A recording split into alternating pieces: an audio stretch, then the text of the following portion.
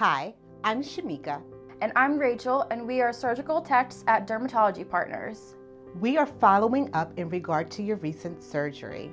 If you are viewing this 24 hours after your surgery, then it's time to change your bandage. To change your dressing, gently clean the area with warm water and soap that is free of dyes and scents, such as Dove soap bar.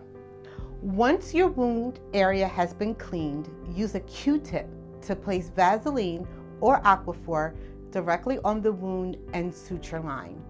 Apply a non-stick gauze on top. You will need to continue the same routine of dressing changes each day until your suture removal appointment.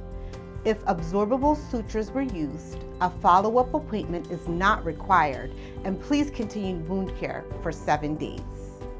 If you're experiencing drainage, redness, or light bleeding, please refer to the wound care instructions that were provided to you. If you're experiencing bleeding that is soaking through your bandage or running outside of your dressing, hold pressure 20 minutes on, then 20 minutes off the site.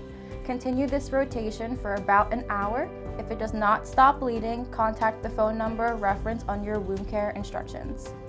If you have any general questions, please contact our office at 610-337-3195. Thank you for trusting us with your dermatological care.